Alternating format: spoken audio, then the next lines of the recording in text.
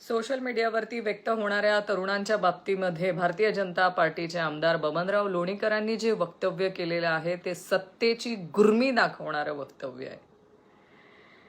आम्ही तुमच्या लाडक्या बहिणींना पैसे दिले, आम्ही तुझ्या बापाला पैसे दिले, आम्ही तुझ्या कपड्यांपासून तुझ्या चपलेपासून सगळं जे काय घरात दिसतंय ते सगळं आम्ही दिलं।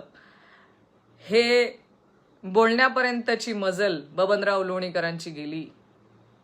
त्यांना आठवण करून देऊ इच्छिते की जे तुमचे शेठ आहेत ना, जे 25-25 लाखाचे सूट घालतात, लाखोंचे गॉगल्स घालतात, हे सगळे ह्या जनतेचे उपकार आहे तुमच्यावर। ही या जनतेची देण आहे। त्यांनाच काय, तुम्ही ज्या घरामध्ये राहतात, तुम्ही ज्या गाडीमध्ये फिरतात, तुम्ही जे कपडे घालतात, हे सगळं महाराष्ट्राच्या जनतेची देण आहे। माझी बबनराव लोणीकरांना एकच सांगणं आहे, ही महाराष्ट्रातली जनता आहे। ही जसं डोक्यावर घेते तसं डोक्यावरून खाली देखील फेकू शकते।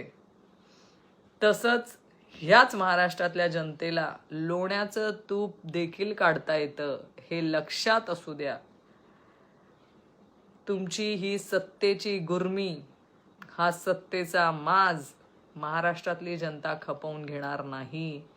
अन्यथा लोण्याचं तूप कसं काढायचं हे महाराष्ट्रातल्या जनतेला चांगलं माहिती आहे। एबीपी माझा, उघडा डोळे बघा नीट।